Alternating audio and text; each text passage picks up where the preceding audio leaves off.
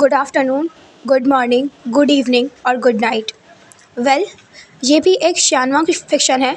Short सा मैं try करूँगी। सो नाम है luck with love. Okay, so start करते हैं। हम देखते हैं एक सीन बीजिंग के एक बहुत छोटे से गांव के एक बहुत छोटे से घर का सीन। वहाँ पर एक अल्फ़ा जिसका नाम लैन था, वो अपने कदमों को बढ़ाते हुए अंदर आते हैं। उनके सामने उनकी वाइफ लैन जैसी खड़ी हुई थी। वो उनके पास आते हैं, उनके हेयर्स को ग्रैब करते हैं और पीछे की तरफ पुल करते हैं और बोलते हैं, तुम्हारे इस बेटे लान वांगजी को देखने के लिए कुछ लोग आ रहे हैं।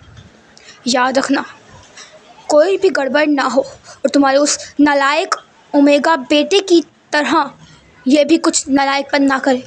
वहीं वांग जिसके हाथ में उसकी बुक थी, वो नीचे गिर जाती है। वो अभी अभी अपनी बुक को लेकर बाहर आया था। वो देखकर बिल्कुल शॉक हो जाता है, उसकी आंखें बड़ी हो जाती हैं। और वहीं उसकी मदर लैन जैसे जिनकी भी आंखें बड़ी होती हैं, वो बोलती हैं, क्या आपने मैरिज फिक्स की है या सौदा किया है? ये बोलती हुई वो अपने हेयर्स को उनसे छुड़वाने की नाकाम कोशिश करती हैं। और वहीं वांग जी जिसके हाथ काँप रहे थे, लिटरली में उसके हैंड्स शिवर कर रहे थे मैरिज का नाम सुनते ही। वो जानता है उसके फादर ने कहीं से भी मैरिज नहीं करवाई है। अगर उन्होंने फिक्स करी है तो ये मैरिज तो नहीं होगी, ये सौदा ही होगा। ये सोचते वो चलते अपनी बुक्स को लेते हैं, अपने रूम के अंदर भागने लग जाते हैं। लेकिन इससे पहले वो अपने रूम में भागता, उसके फादर अचानक से पीछे से उसकी नेक को ग्रैब कर लेते हैं और उसे पीछे की तरफ पुल करते हैं। वहीं वांग जी अपनी बड़ी बड़ी आंखों से अपने फादर को देखता है और वहीं लैन शुआन अपने नाखूनों को उसकी नेक के अंदर गड़ाते हुए बोलते हैं, तुम अपने उस भाई, उस गद्दार भाई लैन सिचैन की तरह तुम भागोगे नहीं यहाँ से। अगर तुम भागे तो तुम्हारी माँ की लाश तुम्हें अगले दिन मिलेगी। ये बोलते हुए वो बहुत तेज़ी का पुश लान वांग जी को करते हैं, जिससे लान वांग जी का जो सर है वो जाकर वहाँ की एक वॉल में लग जाता है, जिससे ब्लड आ रहा था। लेकिन लैन शुआन उन्होंने सिर्फ देखा ही नहीं, उसके बाद उन्होंने दोबारा से लैन जैसे की तरफ देखा और कहा, मुझे कोई भी गलती नहीं चाहिए, कोई भी नहीं। और अगर ऐसा हुआ तो तुम खुद को मरते हुए देखोगी। ये बोलते हुए वो टर्न होते हैं और अपने रूम के अंदर चले जाते हैं। एंड वहीं लान वांग जी के सर से खून निकल रहा था। लैन जैसी भागते हुए वांग जी के पास आती हैं और वहीं पर एक क्लॉथ उठाकर उसके सर से उस खून को रोकने की कोशिश करती हूँ। बोलती, बच्चा ऐसा ऐसा कुछ नहीं होगा। हाँ, मैं क्या करूँ, क्या करूँ? हाँ, तुम नहीं क्या करो, तुम भागोगे तो कहाँ भागोगे? ये बोलते हुए वो बहुत पैनिक करती हैं, क्योंकि वो जानती हैं कि आखिर क्या होगा। उसके हस्बैंड मैरिज नहीं करवा सकते, वो सौदा करके आते हैं। उन्होंने बोला, तुम अपने रूम में जाओ और अंदर से रूम लॉक कर लो और कुछ भी हो तो तुम रूम मत खोलना। तुम डोर ओपन नहीं करोगे वांग जी, कुछ भी हो जाए। ये बोलते हुए वो वांग जी को उस रूम में भेज देती हैं, उसके हेड पर थोड़ी सी बैंडेज करती हैं और फिर उस रूम के डोर को लॉक कर देती हैं। वो घर ज़्यादा बड़ा नहीं था, टूटा फूटा मट्टी का बना हुआ वो घर था। वांग जी की मदर उसे बोलती हैं कि अपना रूम अंदर से लॉक कर लो और वांग जी भी वही करता है। वो अपना रूम अंदर से लॉक कर लेता है और उसे बहुत डर लग रहा था। वो इधर से उधर चक्कर काट रहा था, कभी इधर ज़्यादा कभी उधर। हाँ, उसके मदर फादर के 3 बच्चे हैं। पहला लैन सिचैन, दूसरा लैन सिजोई और तीसरा सबसे छोटा लान वांग जी। लैन सिचैन, उनकी भी मैरिज इसी तरीके से उनके फादर फिक्स कर आए थे, या मैरिज नहीं बोल सकते, वो सौदा बोल सकते हैं। हाँ, पैसों का सौदा।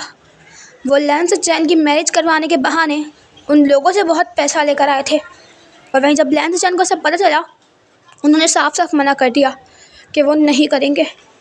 उस दिन लैन सिचैन को इतना बुरा लैन शुआन ने मारा था कि उनकी हालत मरने जैसी हो गई थी। और वहीं उसकी मदर, उनका तो क्या हाल किया था उन्होंने। और वहीं लैन सिजोई और वांग जी जो कि अपने आप को रूम में बंद कर सिर्फ रो रहे थे।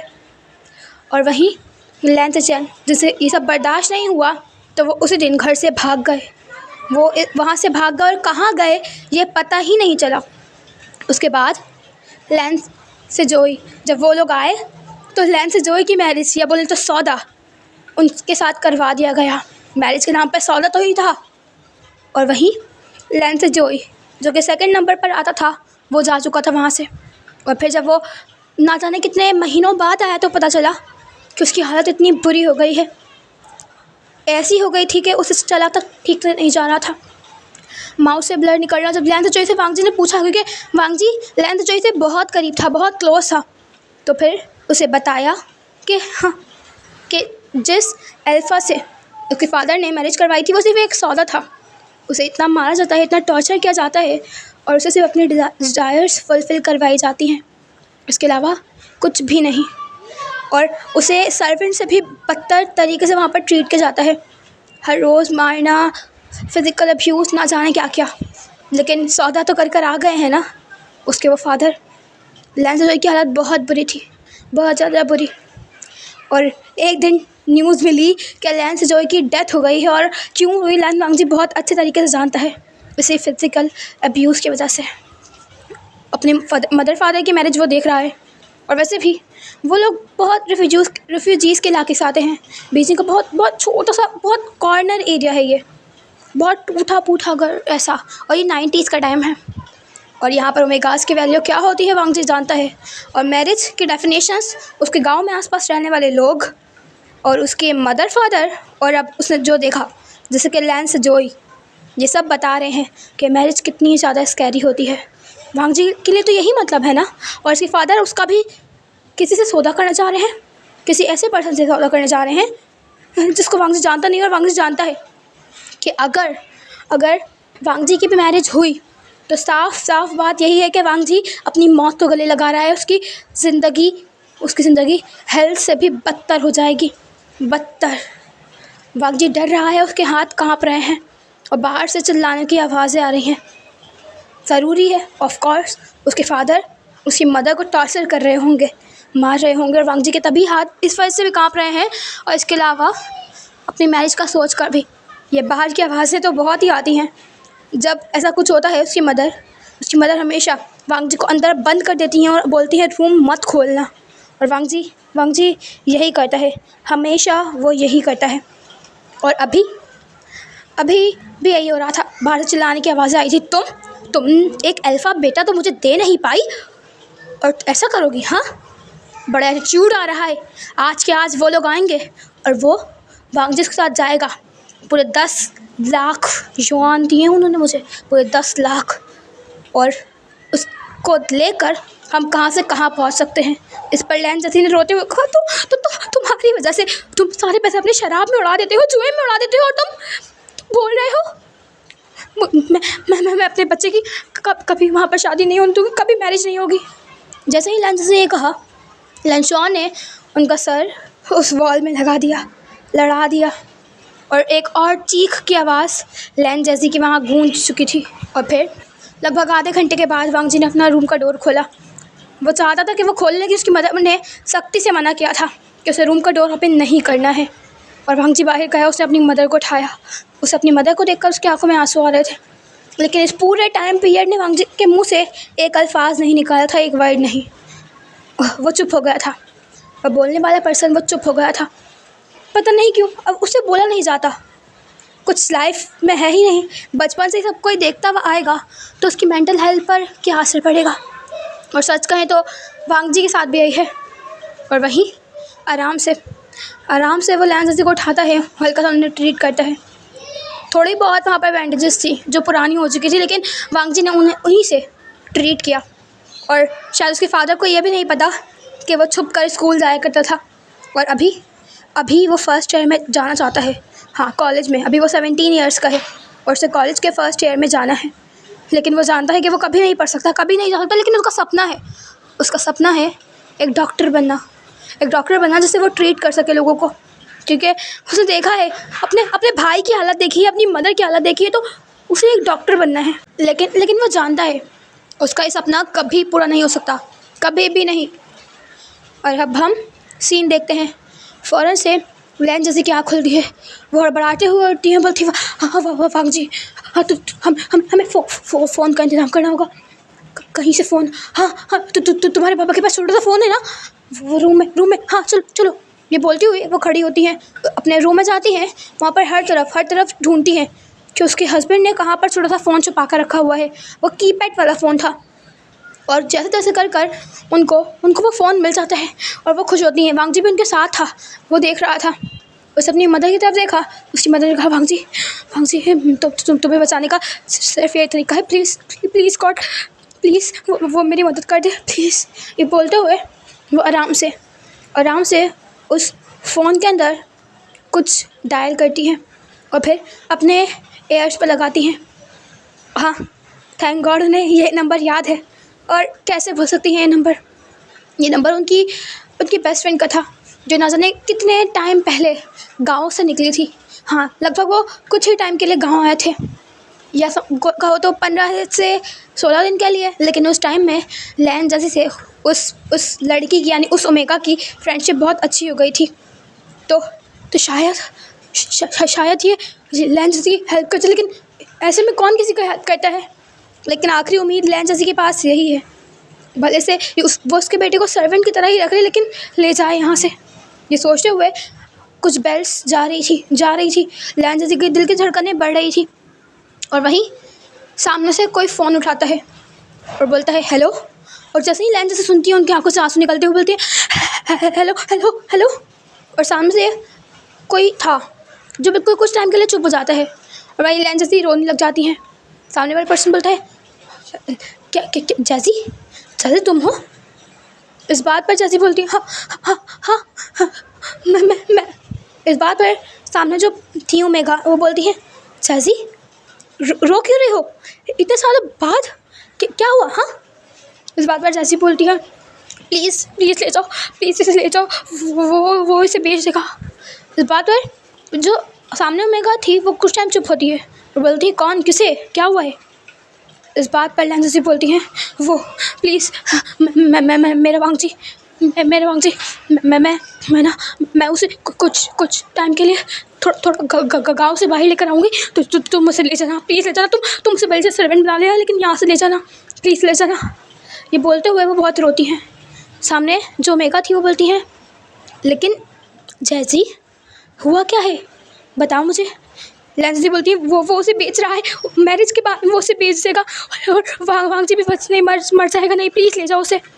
और सामने जो ओमेगा थी वो बोलती है हाँ जैसी मैं बचा लूँगी वांग जी को। वांग जी आसान, हाँ आसान को, हाँ कुछ नहीं होगा, बस मैं शाम में आ रही हूँ, मैं आ जाऊँगी, बस आ जाऊँगी, तो तुम टेंशन मत लो। हाँ, मैं वहीं आऊँगी, गाँव के बिल्कुल बाहर। इस बात पर लैन जैसी अपने हेड को इसमें शेक करती हैं और बोलती हैं यू प्लीज़ उसे ले जाओ। इस बात पर सामने मैडम यू बोलती हैं हाँ जैसी तुम्हारे बच्चे को कुछ नहीं होगा, कुछ भी नहीं। और जैसी बोलती है हाँ यू वो बस 17 साल का है। वो इतना ही बोल रही थी कि लैन जैसी को अपने हेड पर किसी का हाथ फील होता है। जैसी हल्के से टर्न होकर देखती है तो वहाँ पर उनके हस्बैंड थे और वहीं लैन शॉन जो बोलते क्या कर रही है तू, ये बोलते हुए वो उनके हेयर्स को ग्रैब करते हैं और पीछे की तरफ पुल करते हैं।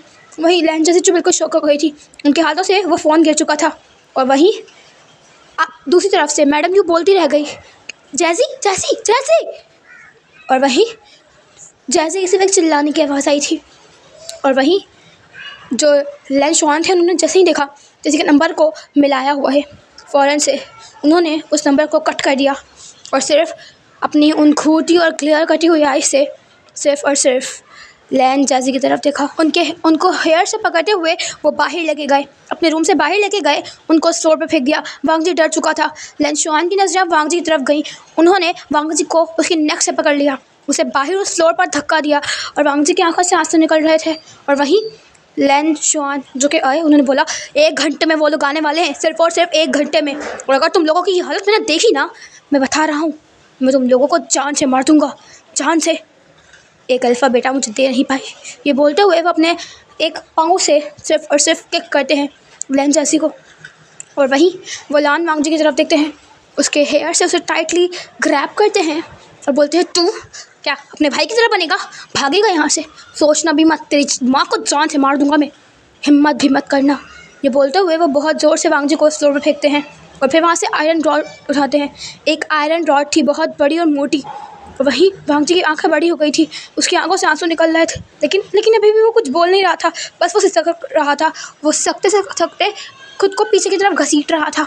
और वहीं लैन जैसे जिन्होंने अचानक से लैन चौहान को पकड़ लिया और चिल्लाते हुए कहा, वांग जी रूम में जाओ, अंदर से बंद कर लेना रूम को। और वहीं वांग जी जो जाना नहीं चाहता था, वो जानता है अगर वो रूम के अंदर गया उसकी मदर की क्या हालत होगी, लेकिन क्या कर सकता था वो रूम के अंदर चला गया और उसने रूम को बंद कर लिया। और फिर से उसे उन्हीं चीखों की आवाज़ आई थी। इसी वजह से वांग जी को मैरिज से डर लगता है। वो जानता है सारे अल्फाज ऐसे ही होते हैं, सारे अल्फाज ऐसे ही होते हैं। सोचते हुए वांग जी बस सिसक रहा था, रो रहा था।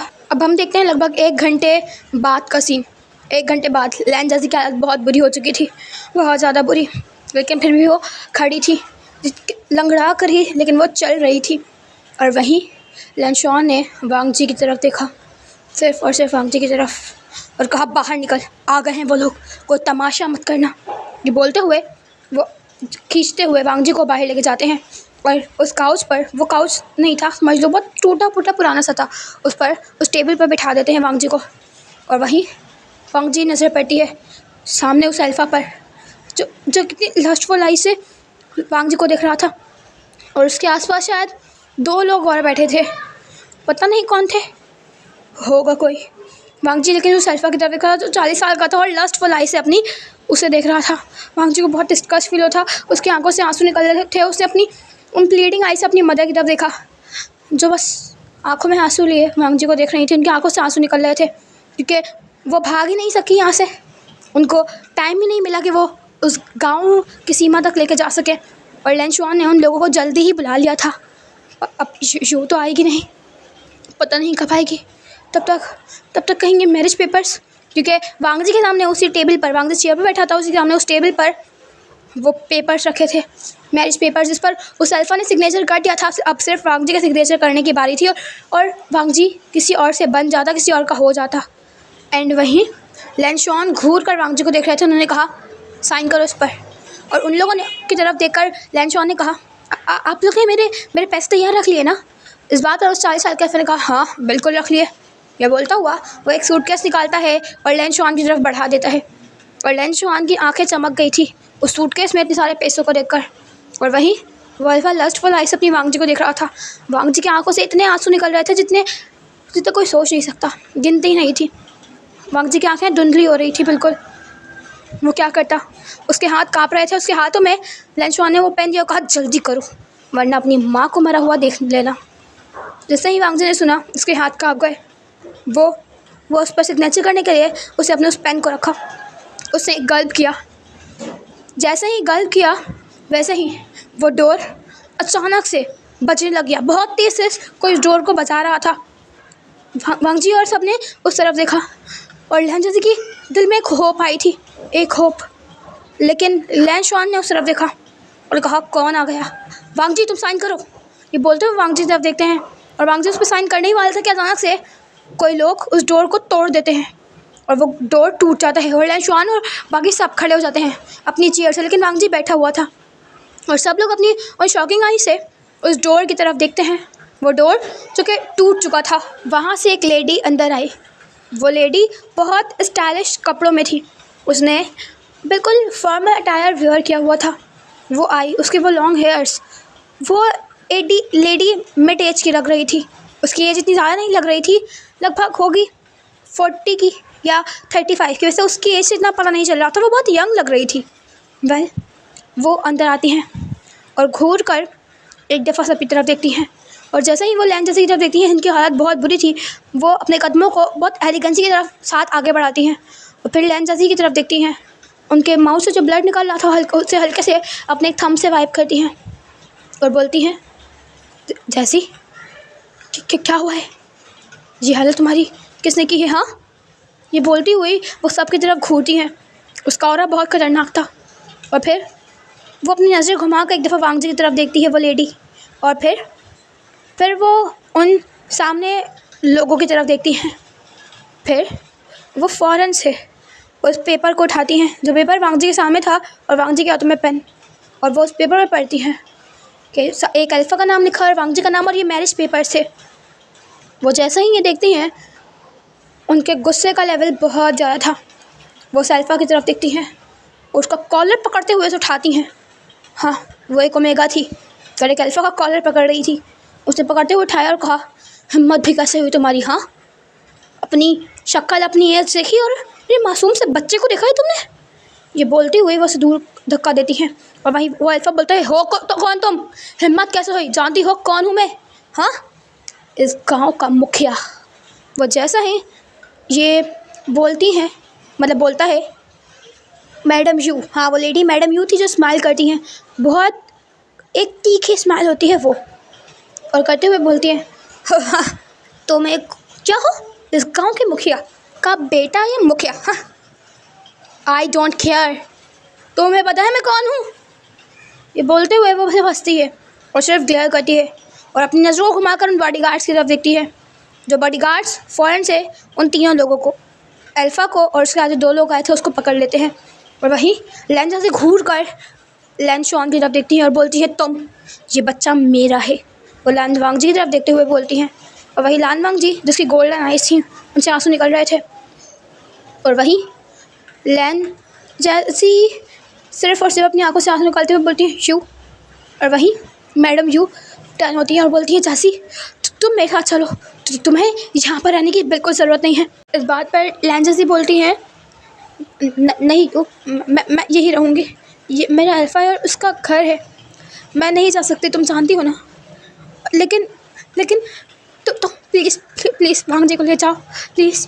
इस बात पर यू अपने हेड को यस पे शेक करती हूँ, बोलती है, जैसी मैं लेकर जाऊँगी उसे, मैं ले जाऊँगी उसे। लेकिन जैसी, उनकी आवाज़ बहुत सॉफ्ट हो चुकी थी। इस बात पर फ़ौरन से लैन जैसे ने कहा, यू बस उसे ले जाओ प्लीज़, उसे ले जाओ, तुम भले से उसे सर्वेंट बना लेना, कि तुम उसे ले जाओ, भले से तुम उसे अपना एक सर्वेंट बना कर रख लेना। इस बात पर यू अपने हेड को 2 में शेक करती है, बोलती है, जैसी, तुम्हें ऐसा लगता है? ये बोलते हुए बहुत लविंगली बात कर रही थी।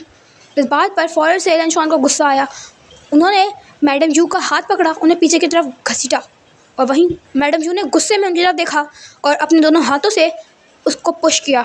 हाँ, बहुत तेज़ का लैन शॉन को पुश किया और उनकी तरफ देखते हुए कहा, मुझे लैन जैसी मत समझना, समझ में आया तुम्हें?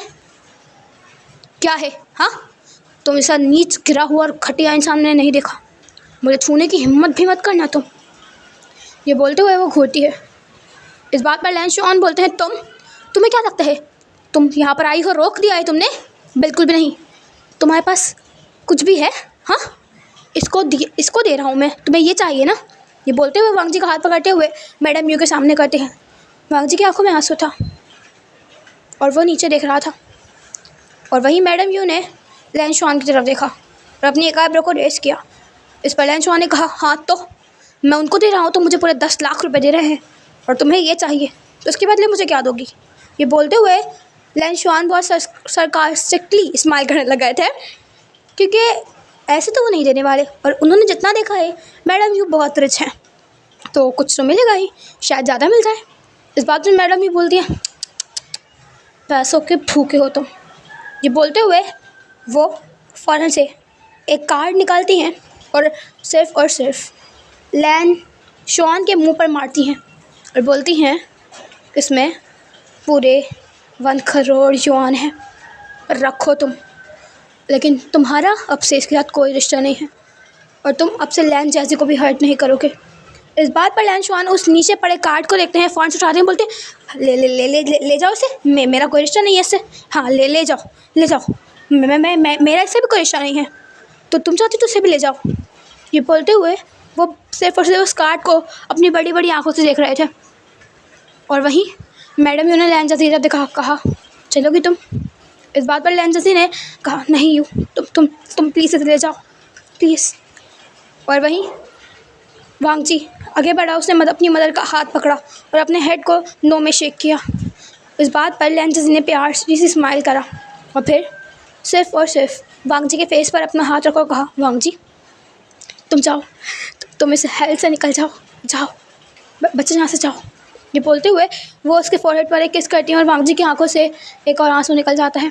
और वहीं मैडम यू बहुत लविंगली वांग जी को देखती हैं, उसका हाथ पकड़ती हैं बहुत जेंटली। वांग जी मुड़कर मैडम यू की तरफ देखता है और मैडम यू बोलती हैं, वांग जी, वांग जी, अगर तुम्हें को तुम्हारा चलो ऐसा करते हैं, हम चलते हैं।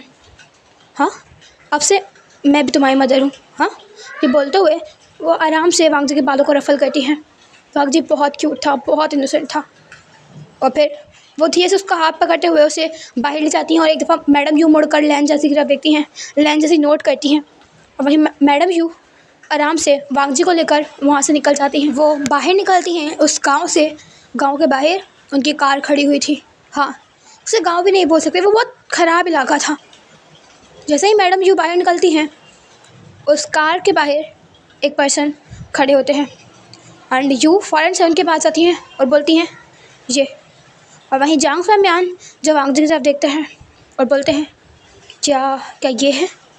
इस बात पर मैडम यू अपने सर को यस में शेक करती हैं कि हाँ, यही है वांग जी। इस बात पर जांग फैमियान प्यार से वांग जी की तरफ देखते हैं और बोलते हैं वांग जी इधर देखो।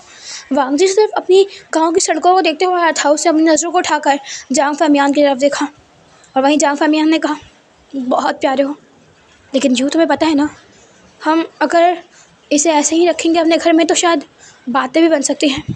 और यू नो ना। इस बात पर यूँ ने बोला मैंने सोचा हुआ है कुछ। इस बात पर जांग फैमियान ने कहा जो मैं सोच रहा हूँ क्या वही। इस बात पर यूँ ने कहा अगर तुम चाहते हो तो, मतलब मुझे तो कब का मैं सोचा हुआ है। इस बात पर जांग फैमियान स्माइल करते हैं और बोलते हैं वैसे जैसा तुम चाहती हो। ये बोलते हुए वो लोग वांग जी को देखते हैं और वहीं यू बोलती हैं मैं पीछे बैठूंगी वांग जी के साथ, यू नो ना। इस बात पर जांग फैमियान नोट करते हैं। वो लोग बहुत लविंगली और बहुत प्यार से बात कर रहे थे। वांग जी तो बस इन दोनों को देख रहा था, क्या लोग इतने प्यार से भी बात करते हैं आपस में। और फिर आराम से मैडम यू ने उस डोर को ओपन किया। वांग जी को बोला वांग जी अंदर बैठो। वांग जी ने उस बड़ी सी कार को देखा जो वाकई में बहुत बड़ी सी थी और बहुत लग्जीरियस थी। वांग जी ने आज से पहले ऐसी चीज़ नहीं देखी। वांग जी को आराम से उन्होंने उस कार के अंदर बिठाया और वही मैडम यू भी पीछे बैठ गए और जांग फैमियान ड्राइव करने लग गए। वो लोग आसपास की बातें कर कर वांग जी का ध्यान भटका रहे थे। वांग जी उस कार में बैठा हुआ था, लेकिन उसके कानों में कुछ आवाज़ें आने लग गई। हाँ, उसे वही कुछ टाइम पहले की चीज़ें याद आई थी, जब वो पर्सन आया था और वांग जी को लैंशुआन बाहर लेकर आए थे। हाँ, वही अल्फ़ा जो वांग जी को बाय करने वाला था, या बोले तो सॉप कॉल्ड मैरिज करने वाला था। जब वो आया था तो उसने वांग जी के हैंड्स पर बहुत गंदी तरीके से टच किया था और फिर कहा था बस ये सिग्नेचर, और फिर तुम पूरे मेरे हो। मैं तुम्हें जो करना चाहूँ वो करूँगा, जैसे रखना चाहूँ रखूँगा, और जहाँ टच करना चाहूँगा करूँगा। ये बोलते हुए उसने वांग जी के वेस्ट पर बहुत गंदे तरीके से टच किया था। लैन जैसे ने ये देखा था, लेकिन वो कुछ नहीं बोल पाई और ना लैंशुआन वो तो देख कर भी नज़रअंदाज कर रहे थे। आखिर उनको उनके पैसे जो मिल रहे थे, वांग जी की आंखों में वही मंजर घूम गया और वांग जी की दोनों आंखों से आंसू निकल गए। और वांग जी को जैसे ही मैडम यू ने रोते हुए देखा, मैडम यू ने वांग जी के उन आंसुओं को साफ कर कहा वांग जी क्या हुआ, कुछ भी नहीं होगा, अब तुम मेरे साथ जा रहे हो ना, सब अच्छा होगा। ये बोलते हुए वो बहुत प्यार से स्माइल करते हुए वांग जी को देख रही थी और उन्होंने प्यार से वांग जी को हक कर लिया। वांग जी को भी बहुत मदरली फीलिंग आ रही थी मैडम यू से, तो वांग जी ने भी खुद को मैडम यू की बाहों में छोड़ दिया। लेकिन इस बीच में वांग जी ने अभी तक एक अल्फाज नहीं कहे थे, वांग जी ने कुछ नहीं कहा था। उसके बाद मैडम यू ने वांग जी को खुद से दूर किया और फिर उसके फेस पर देखते हुए कहा, तो आराम से उसका फेस अपने हैंड्स में कप किया और कहा तुम्हें पता है तुम्हारी मदर बोल रही थी कि मुझे तुम्हारा सर्वेंट बनाना चाहिए, लेकिन तुम्हें लगता है मैं अपने इतने प्यारे से बच्चे को अपना सर्वेंट बनाऊंगी? बिल्कुल भी नहीं। तुम इतने प्यारे हो, तुम्हें मेरा बच्चा ही बन के रहना चाहिए, तुम्हें मेरा वाकई में सन बनना चाहिए, या कहूँ तो सन इन लॉ। जैसे ही मैडम यू की बात वांग सुनता है उसकी आंखें बड़ी हो जाती हैं। वो सिर्फ़ और सिर्फ मैडम यू की तरफ देखता है और मैडम यू बोलती है तुम्हें पता है मेरा बेटा यांग वशान जो कि अभी अमेरिका में है, उसकी स्टडीज़ ख़त्म हो चुकी हैं और तुम उसके साथ मैरिज करोगे ना? और वही वांग जी बस मैडम यू की तरफ देख रहा था। उसके दिल में ये बात बहुत तेज़ी के साथ लगी थी।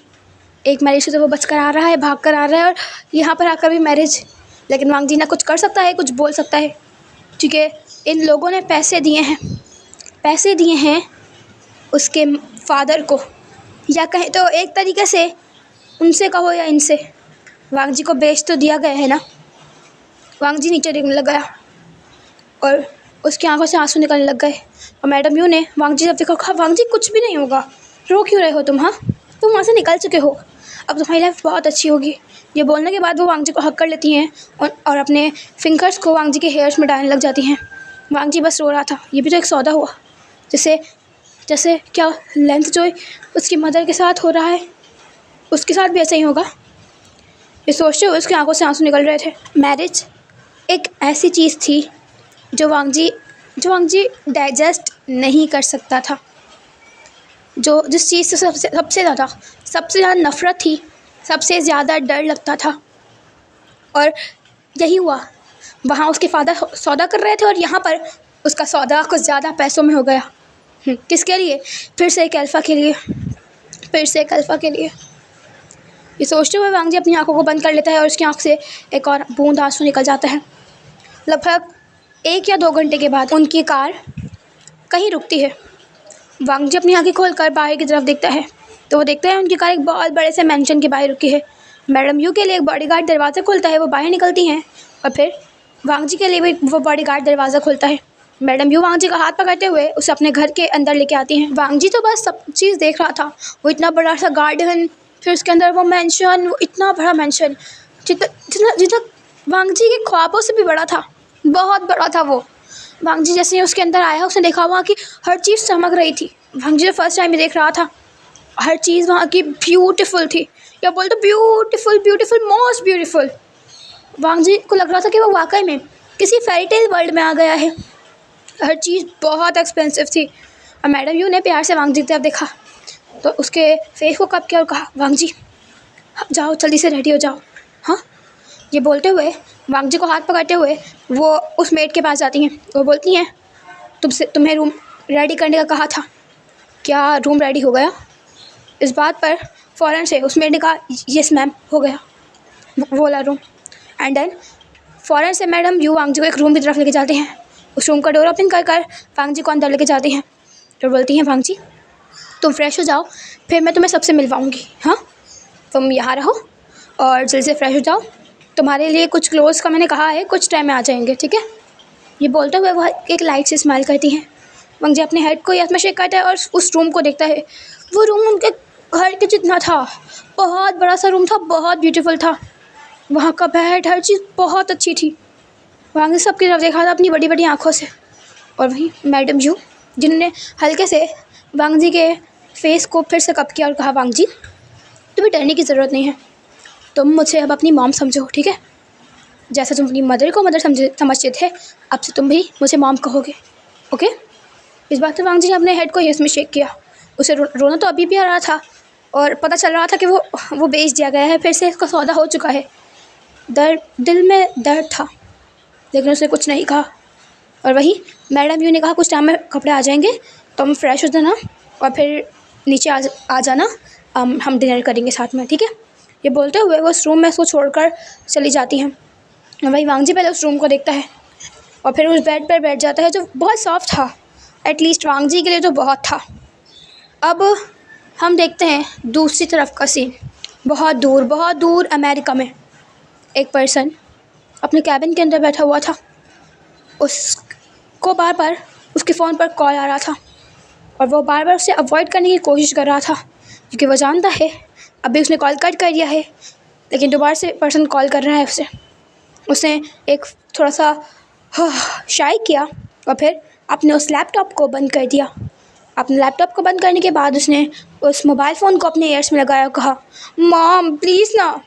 इस बात पर सिर्फ और सिर्फ दूसरी तरफ से मैडम ये बोलती हैं, वोशन मैं अब कुछ नहीं सुनूंगी, कुछ टाइम में तुम तक वो पेपर्स पहुंच जाएंगे, मैंने ट्रांसपोर्ट करवा दिए हैं और आते ही मुझे उन पर सिग्नेचर कर कर वापस करवाओ। इस बात पर सिर्फ और सिर्फ वोशन मुंह बनाता है, बोलता है, बट मॉम मैंने देखा भी नहीं है। इस पर मैडम यूँ बोलती है, तो आओ ना, तुम चाइना आओ, बस बहुत हो गया तुम्हारा, बहुत हो गया। अगर ऐसा नहीं हुआ ना वोशन, सच्ची बता रही हूँ, तुम्हें वहाँ के मारूंगी मैंने कहा तुम जल्दी से आ जाओ। इस बात पर मैं सिर्फ और सिर्फ वोशन बोलता है, ओके मॉम। ये बोलता है और फिर अब थोड़ा सा एक डीप शाई करता है और उस कॉल को कट कर देता है। लगभग 5 से 6 घंटे बाद उसके पास एक पेपर आता है कुछ पेपर्स आते हैं और वुशन उन पेपर्स को सिर्फ़ और सिर्फ देखता है। वो सारे पेपर्स को एक-एक करके देख रहा था और उसने नाम पढ़ा, वांग जी। ये नमूना कौन ढूँढ लिया उसकी मदर ने। ये देखने के बाद वो एक-एक करके उन सारे पेपर्स पर साइन कर देता है, सिग्नेचर कर देता है और फिर एक डीप चाय करता है और फिर बोलता है, मैरिज पेपर्स फाइनली वुशन तुम्हारी भी लग गई। ये बोलता हुआ वो अपनी सेक्रेटरी को देता है और बोलता है, करवा दो पास आउट। ये बोलने के बाद वापस अपने काम में, वर्क में लीन हो जाता है। अब हम देखते हैं दूसरी तरफ का सीन। लगभग 2 दिन हो चुके थे वांग जी को यहाँ पर आए हुए। हर कोई से बहुत अच्छे से ट्रीट कर रहा था। हाँ, मैडम यू, जियांग फैमियान और वहीं जियांग चेंग, जो कि शायद यहाँ का सेकंड ओमेगा बेटा था, जिसने जैसे ही वांग जी को देखा था उसने तो डायरेक्टली वांग जी को हक ही कर लिया था। उसने कहा था कि अब मेरा न्यू भाई आ गया। ये बोलते हुए वो बहुत बहुत पैम्पर करा था वांग जी को। वांग जी को इतने अच्छा ट्रीटमेंट की आदत नहीं है, लेकिन यहाँ पर हर कोई वांग जी को बहुत अच्छे तरीके से ट्रीट कर रहा था। एंड वहीं लगभग 3 दिन तो हो चुके थे और वो पेपर्स भी यहाँ तक पहुँच चुके थे। मैडम यू के हाथ में जैसे ही पेपर आया, उनके फेस पर स्माइल आ गई। उनकी खुशी का ठिकाना नहीं था। उन्होंने वांग जी को बुलाया। वांग जी जब अपने रूम में था और वो वैसे ही बाहर आ गया। वो बाहर आया, उसने देखा मैडम यू है और बाकी सब हैं वहाँ पर। मैडम यू है, जियांग यानी है, जियांग चैंग है, जियांग फैमियान है, हर कोई है। और वांग जी उनकी तरफ देखता है और फिर बोलता है, जी। वो जैसे ही बोलता है, मैडम यू बोलती है, वांग जी यहाँ बैठो। ये बोलते हुए उसे उस काउच पे बिठाती हैं, उसके हाथों में एक पेन देती हैं और बोलती हैं, मैंने तुम्हें बताया था ना, मैं अपने बेटे से तुम्हारी मैरिज करवाऊँगी। ये उसके पेपर्स हैं। वांग जी ने बस उस पेपर्स की तरफ देखा। वो बस उन पेपर्स की तरफ देख रहा था। एक दफ़ा फिर से उसका सौदा हो रहा है। यही तो हो रहा है। पिछली दफ़ा उन लोगों ने उसे पैसे दे के ख़रीदा था, अब ये लोग उसे पैसे दे के ख़रीद रहे हैं। हाँ, भले से ये लोग उनकी तरह नहीं है, लेकिन इन लोगों ने वांग जी के साथ इतना अच्छा किया है। उसको कॉलेज में फर्स्ट ईयर में एडमिशन भी करवा दिया है। तो वांग जी तो ये कर सकता है ना। उसका ड्रीम पूरा होने जा रहा है। वो मेडिकल कॉलेज में जा रहा है, तो वांग जी ये कर सकता है। इतना तो वो कर ही सकता है। और वैसे भी अब अगर वांग जी को थोड़े से और मार सहना भी पड़ गया, सुनना भी पड़ गया या मरना भी पड़ गया, वांग जी कर लेगा ना। ये सोचता हुआ बस उस पेपर की तरफ देख रहा था और फिर उसने आखिरकार उस पेन को उठाया और उन पेपर्स पर साइन कर दिया। और वही मैडम यू ने बहुत खुशी के साथ वांग जी को हक कर लिया और कहा, वांग जी फाइनली मेरी बेस्ट फ्रेंड लैनी का सन मेरा सन इन लॉ, या बोले तो सन ही बन गया। और वहाँ पर वो लोग खुशियाँ मना रहे थे। उन लोगों ने केक मंगवाया, केक कटिंग किया और सेलिब्रेट भी किया। वांग जी किसी अलवा से बन चुका था, उसका हो चुका था, लेकिन वो जानता ही नहीं था वो है कौन। वहाँ पर मैडम यू ने मैरिज पेपर्स को रजिस्टर करवा दिया। वो इतना तो कर ही सकती हैं, वैसे भी आखिर इतने रिच जो हैं वो, उनका पावर बहुत ज़्यादा है। और वहीं वांग जी की लाइफ बहुत स्मूथ जा रही थी। सही कहे तो उसे एक अच्छी मॉम, अच्छे डैड मिल गए थे। लैनी से भी वो कभी कभार मैडम यू के ज़रिए बात किया करता था, क्योंकि लैनी को भी अब उसके फादर लैन शुआन इतना तंग नहीं कर रहे थे, इतना टॉर्चर नहीं कर रहे थे, तो लैनी भी सही से जा रही थी। और वहीं वांग जी की लाइफ बहुत अच्छी जा रही थी। लैनी ने को भी पता चला कि वांग जी की मैरिज जियांग वुशान से हो गई है। वांग जी के बारे में ये सुनकर वो खुश थी, क्योंकि वो जानती हैं मैडम यू का बेटा है तो वो अच्छा ही होगा, एटलीस्ट उनसे तो अच्छा ही होगा। वांग जी बोलता नहीं था। हाँ, मैडम यू तो उसकी आवाज़ सुनने के लिए तरस चुकी थी।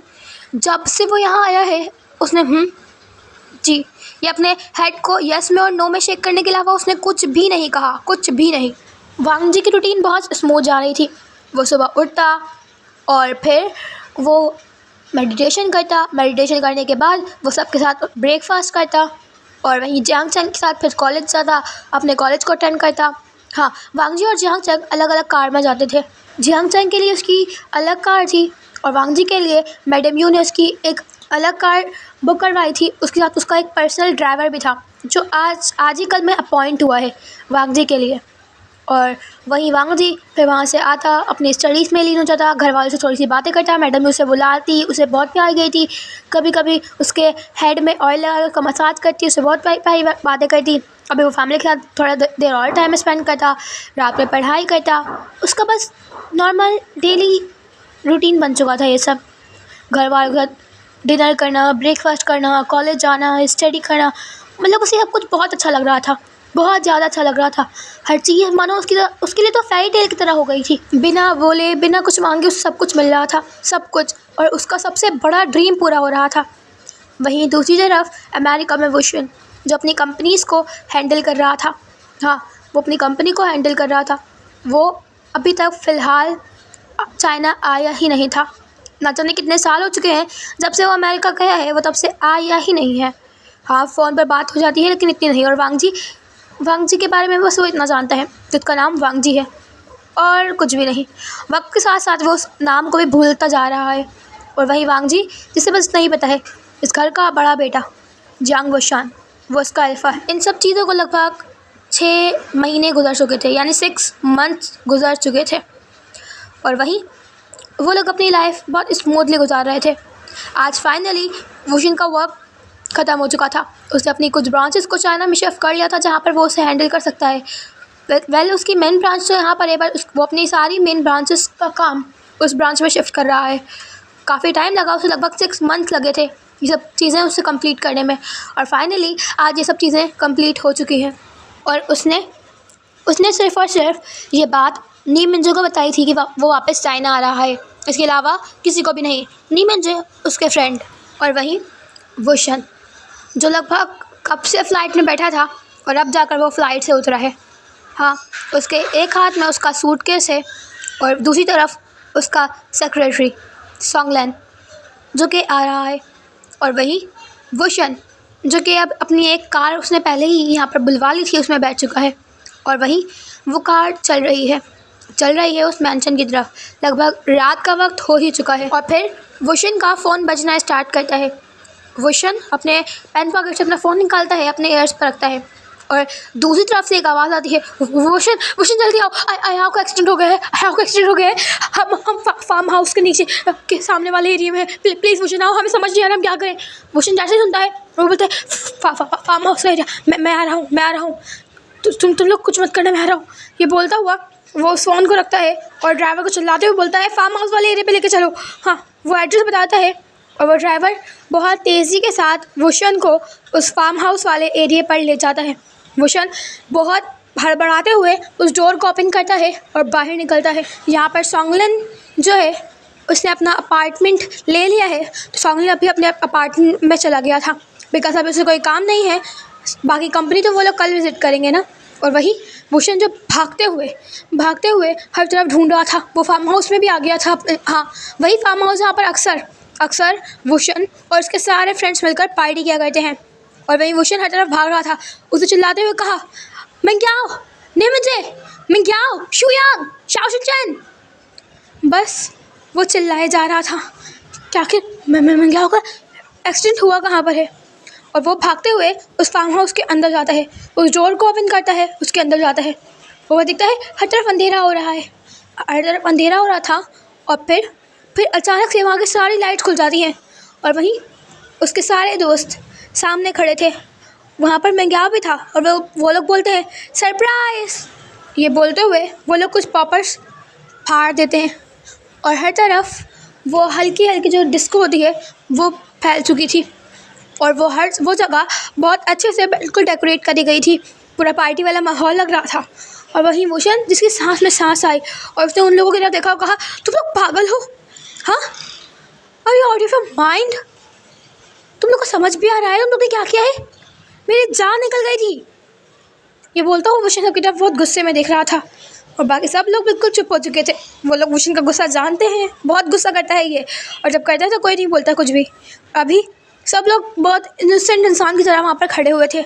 हाँ, उसमें मैंग्याओ था, सिचैन था, शुयांग, शाओशिनचैन, नी मिंजे और जेन ज़ुशेन। हर कोई सिर्फ और सिर्फ विंग की तरफ देख रहा था और फिर विंग के फेस पर एक लाइट स्माइल आई और उन लोग ने कहा पागल हो तुम लोग सब पागल हो। ये बोलता हुआ वो स्माइल करता है और नीमन जब भागते हुए विंग को हक करते हैं और बोलते हैं तुम आ गए, फाइनली तुम आ गए। हाँ, इतने टाइम से बस तुमसे फ़ोन पर बात करने को मिलती थी, बहुत लेट कर दिया तुमने। इस बात पर विंग थोड़ा सा दूर हटता है, उनके हक को ब्रेक करता है और बोलता है हाँ तुम लोग इतनी दफ़ा अमेरिका आ चुके हो मुझसे मिलने के लिए, मेरे बेचारे मॉम डैड का देखो, उनसे ही मिलने चाह रहा था मैं। इस बात पर नीमन जब बोलते हैं तुम उनको सरप्राइज़ देना चाहते थे ना, तो सुबह से आकर देते ना, ज़रूरी थोड़ी ना है आज रात हमारे साथ गुजारो।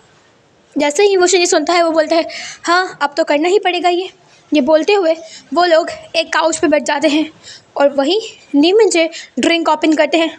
उन सब के हाथों में ड्रिंक के ग्लासेस थे, वो लोग मस्तियाँ कर रहे थे, आपस में बात कर रहे थे। इस पर मिंग्याओ बोलता है कि हाँ भाई हाँ, अब तो तुम तो चाइना आ गए हो तो पक्का तुम्हारी भी मैरिज होने ही वाली है ना। जैसे ही विंग सुनता है उसके माइंड में एक बात स्ट्राइक करती है, वो जिन मिंग्याओ की तरफ देखता है और बोलता है आयाओ ऐसा नहीं है, एक्चुअली हमारी मतलब मेरी वेडिंग हो चुकी है, मैरिज हो चुकी है। जैसे ही वो ये बोलता है वो एक और सिप लेता है अपने उस वाइन का और बाकी सब जो बिल्कुल खड़े हो गए थे, उस काउच से खड़े हो गए थे, उन सबका मुंह खुल गया था और लैन से चैन ने चिल्लाते कहा क्या बोल रहे हो विंग।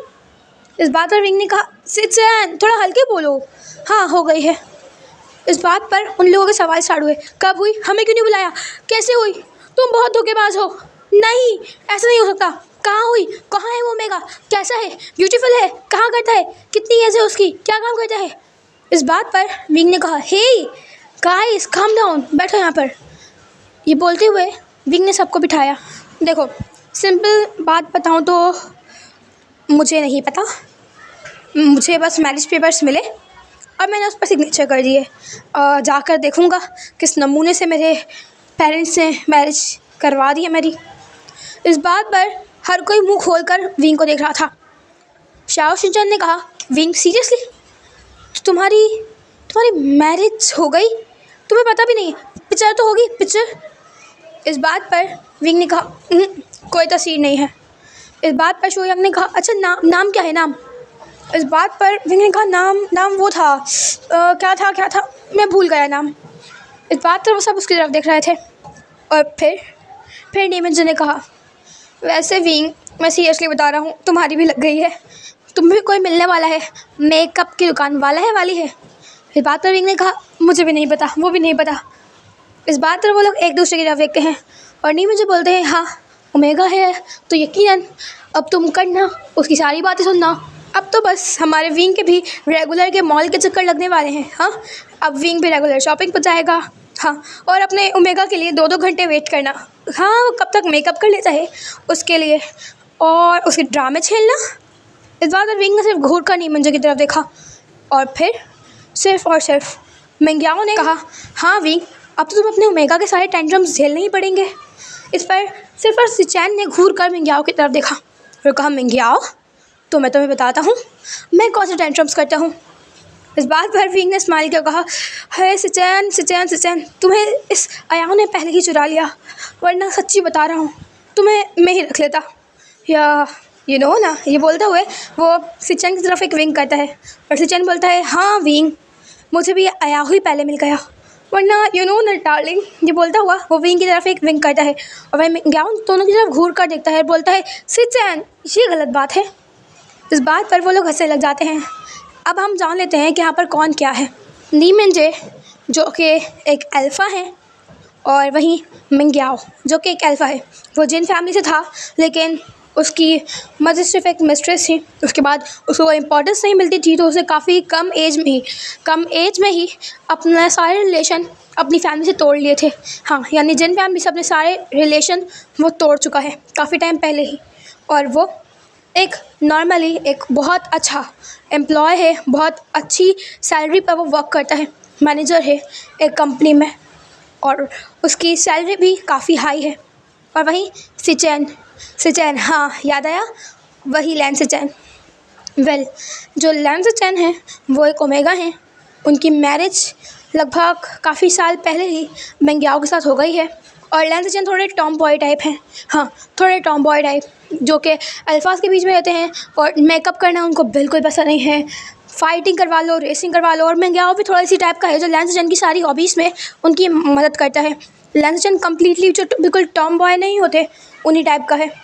वेल, बाकी हमारे हैं जिन जुशेन, जो कि एक अल्फ़ा है और वो इन सब के साथ रहता है। हाँ, वो जिन फैमिली से है और वो जानता है उसके घर वालों की करतूत हैं, लेकिन फिर भी वो उससे अलग नहीं हो सकता। आखिर बड़ा बेटा है और आगे जाके पूरी जिन एम्पायर को उसे ही हैंडल करना है और आगे जाके वो सब कुछ ठीक कर ही लेगा। शाओ शिनचैन एक ओमेगा है और वहीं शू यांग एक अल्फ़ा है। हाँ, शू यांग का शाओ शिनचैन पर क्रश है, लेकिन अभी तक वो बोल नहीं पाया। और शाओ शिनचैन भी बहुत सिंपल है, उसे भी इतना हैवी मेकअप ये सब चीज़ें पसंद नहीं है। वेल, अभी वो लोग एक साथ बैठे हुए थे, उनकी फ्रेंडशिप काफ़ी पुरानी और काफ़ी गहरी है। वेल, अभी वो लोग आपस में बात कर रहे थे।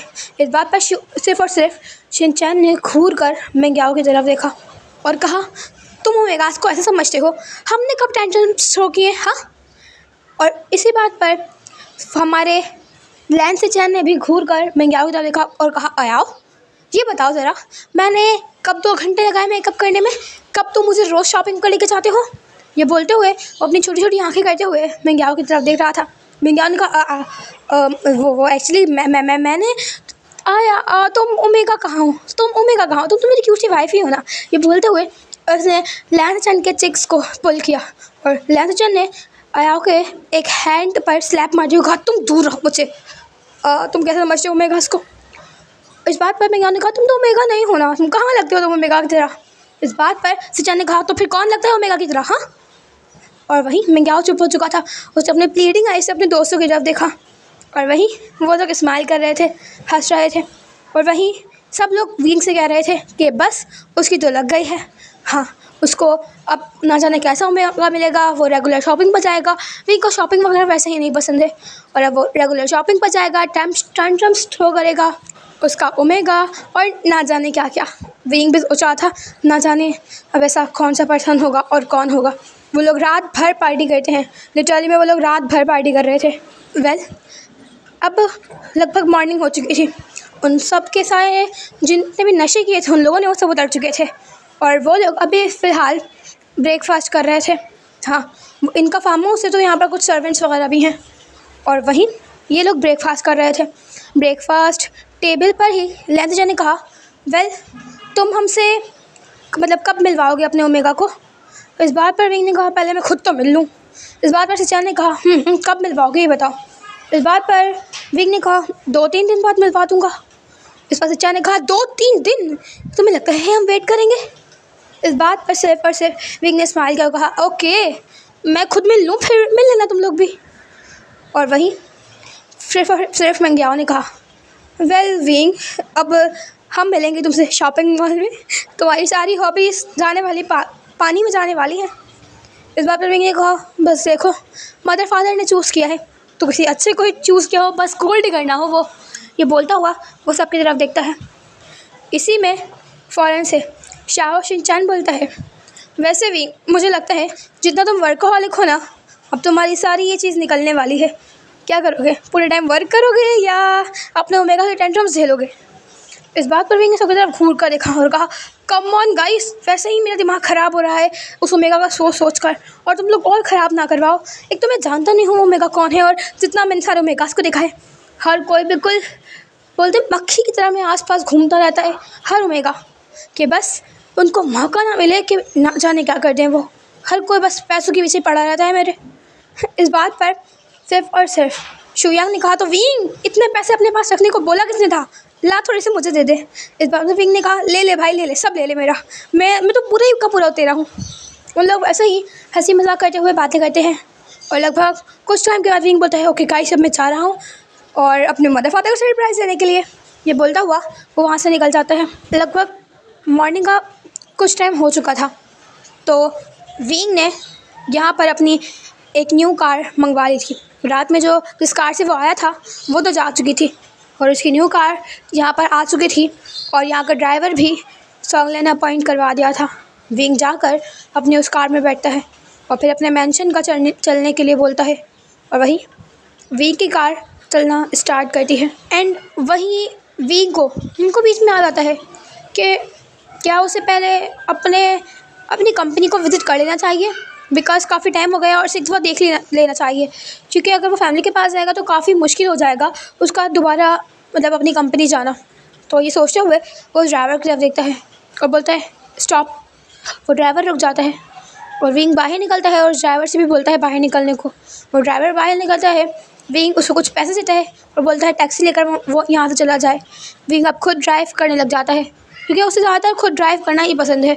वो खुद ड्राइव करते हुए अपनी कंपनी की तरफ अपनी कार को टर्न कर लेता है और फिर वो अपने कार को ड्राइव करता हुआ वहाँ से जा ही रहा होता है कि उसकी कार अचानक से किसी कार के आगे आ जाती है। हाँ, शायद किसी पर्सन की कार बीच रोड पर बंद हो चुकी थी। ये देखते हुए विंग की आइज़ ऊपर हो जाती हैं कि चाइना में यही होता है क्या। ये सोचते हुए वो अपनी कार से बाहर निकलता है। उसकी कार पर थोड़ा सा डेंट आ चुका था और फिर वो सामने देखता है तो सामने वहाँ से एक ड्राइवर निकलता हुआ बाहर आता है और बोलता है sorry sir, actually tyre puncture हो गए हैं और हमारे मास्टर को जाना है और इस टाइम पर बिल्कुल कोई भी नहीं नज़र आ रहा। उनको बहुत जल्दी है। सो क्या आप प्लीज़ हमारे मास्टर को लिफ्ट दे देंगे। विंग जैसे ही उस पर्सन की बात सुनता है वो अपने आईब्रो को रेस करता है, मतलब वो यही करने के लिए आया है। इस बात पर वो ड्राइवर बहुत रिक्वेस्ट करने लग जाता है कि उसके मास्टर को प्लीज़ लिफ्ट दे दें। और वहीं विंग सोचता है ओके कहाँ तक के लिए लिफ्ट देना है, तो वो बताता है कि पास ही का एक कॉलेज है वहाँ पर। विंग जानता है बीजिंग का सबसे बड़ा कॉलेज यही है, सो कोई नहीं कर ही सकता है वो तो ये। तो वो बोलता है ठीक है, ये बोलता है और फिर वो ड्राइवर पीछे वाली सीट पर जाता है, उस विंडो को नीचे करता है और फिर अपने मास्टर जो उसकी कार में बैठा हुआ था अपने मास्टर से बोलता है मास्टर आपको असाइनमेंट फिल करना है ना, तो चाहिए आपको असाइनमेंट देना है ना, मैंने किसी से लिफ्ट मांग ली है। इस बात पर उसका मास्टर सिर्फ में नोट करता है और फिर उस कार के डोर को ओपन करता है और अपने कदमों को बढ़ाता हुआ वो उस तरफ जाता है। वो एक ओमेगा था। विंग की नज़र जैसे ही उस ओमेगा पर पड़ती है वो कुछ सेकंड तक उसे देखता रह जाता है। हाँ, कुछ सेकंड बस वो उसे देख रहा होता है, फिर वो अपनी कार में जाकर बैठ जाता है। वो ओमेगा भी विंग की तरफ देखता है और फिर जाकर पीछे वाली सीट पर बैठने लग जाता है। वो पीछे वाली सीट का डोर ओपन करता है और उसमें बैठ रहा होता है कि इस पर विंग बोलता है ड्राइवर नहीं हूँ मैं। जैसे ही वो ओमेगा सुनता है वो पीछे वाले डोर को बंद कर देता है और आगे वाली सीट पर आकर बैठ जाता है। अब विंग उस ओमेगा की तरफ देख रहा था।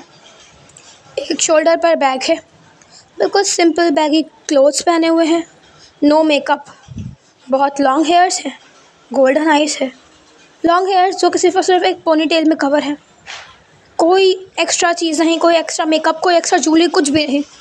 ओके, ये देखता हुआ वो कार को ड्राइव करना स्टार्ट करता है और फिर वो उस ओमेगा से बोलता है तुम्हें किसी अल्फ़ा की कार में से नहीं बैठना चाहिए। इस बात पर वांग जी, हाँ वो वांग जी था जो अपने कॉलेज के लिए निकल रहा था और उसे अपने असाइनमेंट को आज किसी भी कीमत पर फुल करना था, मतलब सबमिट करना था, और बीच में उसकी कार पंचर हो चुकी थी और यहाँ पर ज़्यादा तो कोई दिख नहीं रहा था, तो टैक्सी मिलना मुश्किल था या टैक्सी मिलने में काफ़ी टाइम लग जाता और असाइनमेंट सबमिशन की लास्ट डे थी और कुछ टाइम में वो टाइम भी ख़त्म हो जाता। तभी वांग जी किसी से लिफ्ट लेने के लिए पागल हो गया था कि उसे कुछ भी कर अपने असाइनमेंट को सबमिट करना है। वांग जी कुछ भी नहीं बोलता, वो इनफैक्ट विंग की तरफ एक नज़र देखता भी नहीं है। बस एक दफ़ा उसने देखा था विंग की तरफ जब वो उस कार से बाहर आया था, उसके बाद से उसने विंग की तरफ एक नज़र नहीं देखा। विंग भी जानना चाहता था इतनी लग्जरियस कार में आखिर वो आया है, ना हैंडसम है और कोई ओमेगा उसकी तरफ देख ही नहीं रहा। इंटरेस्टिंग, विंग को तो यही लगा। हाँ, वो थोड़ा चांस मार लेता लेकिन अभी नहीं, बिकॉज जो भी हो वो एक सो कॉल्ड मैरिज में बन चुका है और विंग फिर अपनी लिमिट्स जानता है। सोचते हुए वो ड्राइव करने लग जाता है और फिर बोलता है नेक्स्ट टाइम से किसी अल्फ़ा की कार में मत बैठना, ये डेंजरस हो सकता है। वांग जी फिर भी कुछ नहीं बोलता, वो बस विंडो से बाहर देख रहा था। विंग एक दफ़ा मुड़कर वांग जी की तरफ देखता है। ओके ठीक है, ये सोचता हुआ वो एक डीप शाय करता है। उसे उस कॉलेज के बारे छोड़ता है वांग जी, जो कि उस डोर को ओपन करता है और अंदर चला जाता है अपने कॉलेज के। वो विंग से कुछ भी नहीं बोलता, ना थैंक यू ना कुछ भी नहीं। डायरेक्ट जैसे ही वो कॉलेज के पास पहुंचता है, कार का डोर ओपन किया और अपने कॉलेज के अंदर। विंग बस सोच रहा होता है आखिर ये ओमेगा था कैसा, सीरियसली कैसा था। कुछ भी नहीं बोला, लेकिन देखने से बहुत इनोसेंट लग रहा था।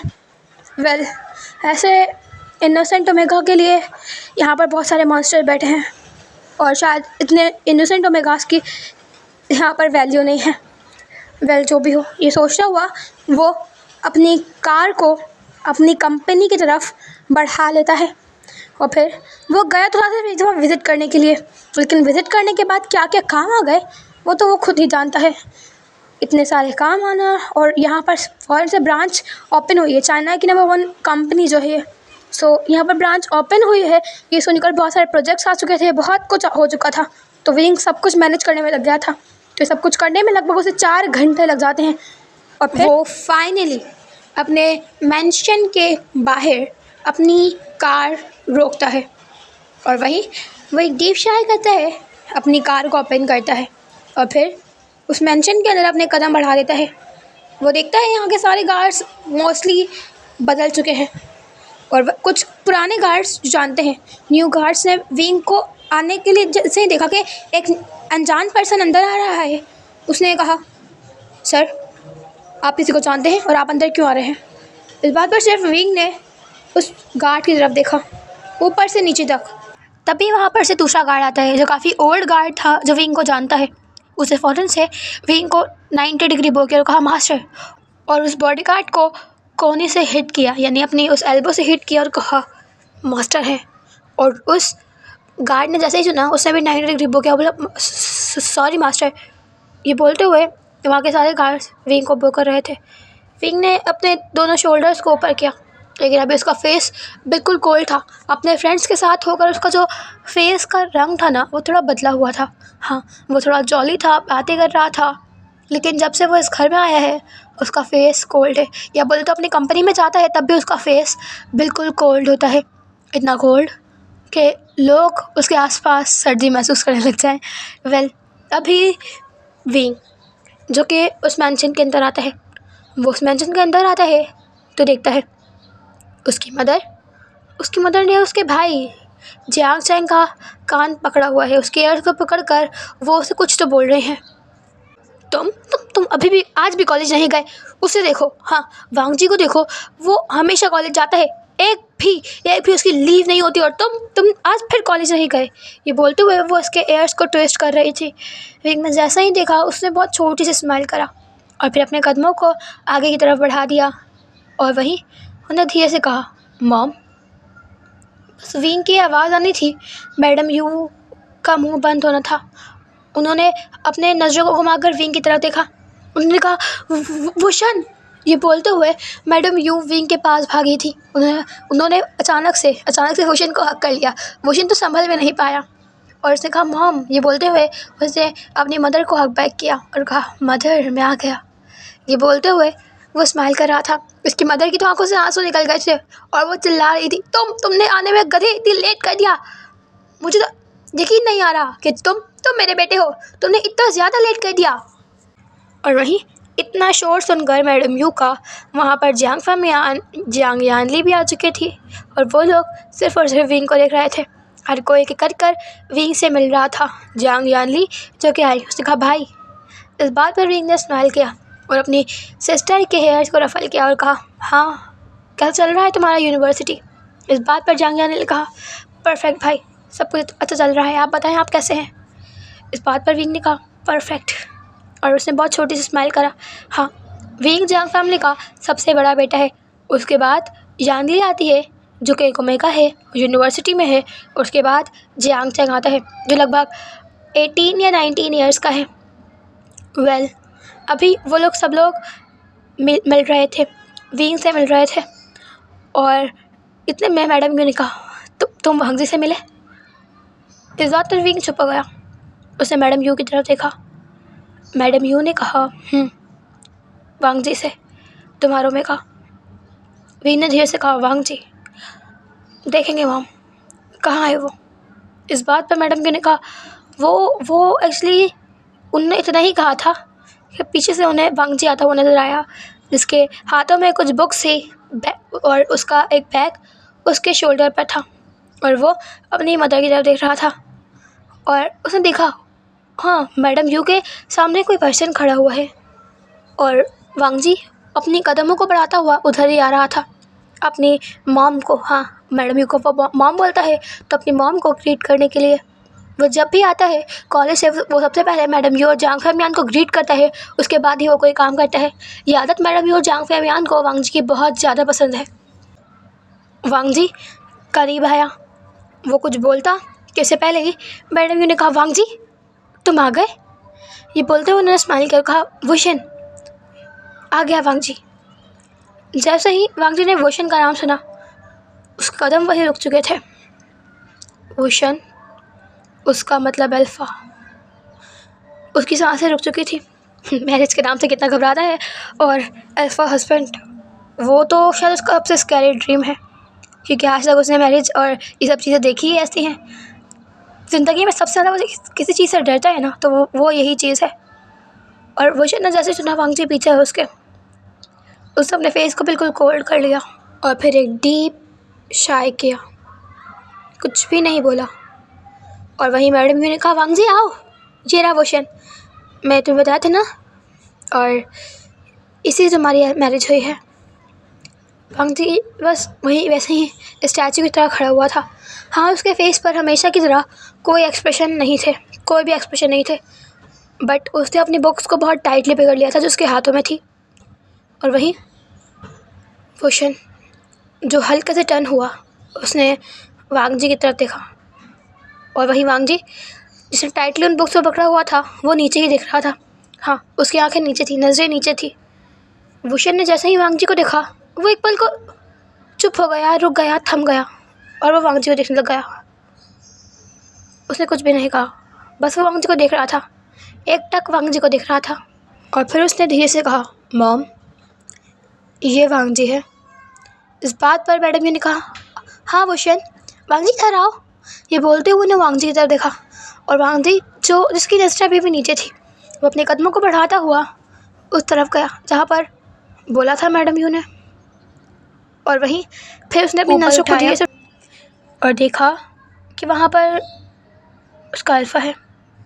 वुशन ने भी वांग जी की तरफ देखा, कुछ सेकंड के लिए उनका आई कांटेक्ट हुआ और बस वांग जी वुशन की तरफ देख रहा था।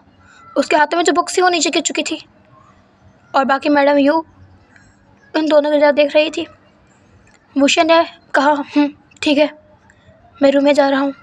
ये बोलता हुआ वो अपने रूम में चला गया।